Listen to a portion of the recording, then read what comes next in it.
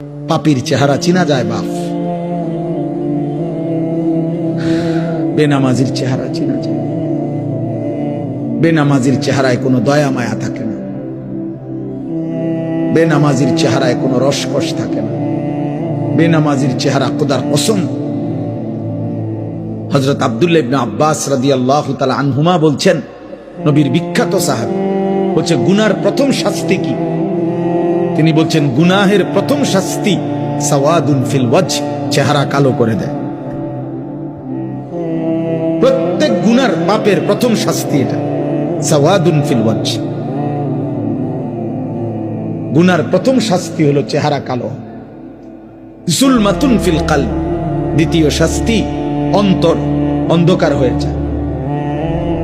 তৃতীয় শাস্তি ওয়াহানুন ফিল বাদান, শরীর দুর্বল হয়ে যায়। চতুর্থ শাস্তি দাইকুন ফির রিজক, রিজিক কমে যায়।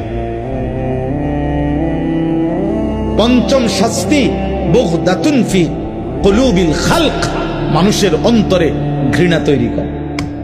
এজন্য আমি প্রত্যেক দিন বলি, কোন পাপীকে পৃথিবীর মানুষ মানুষ নামে ডাকে না, পাপের নামে ডাকে।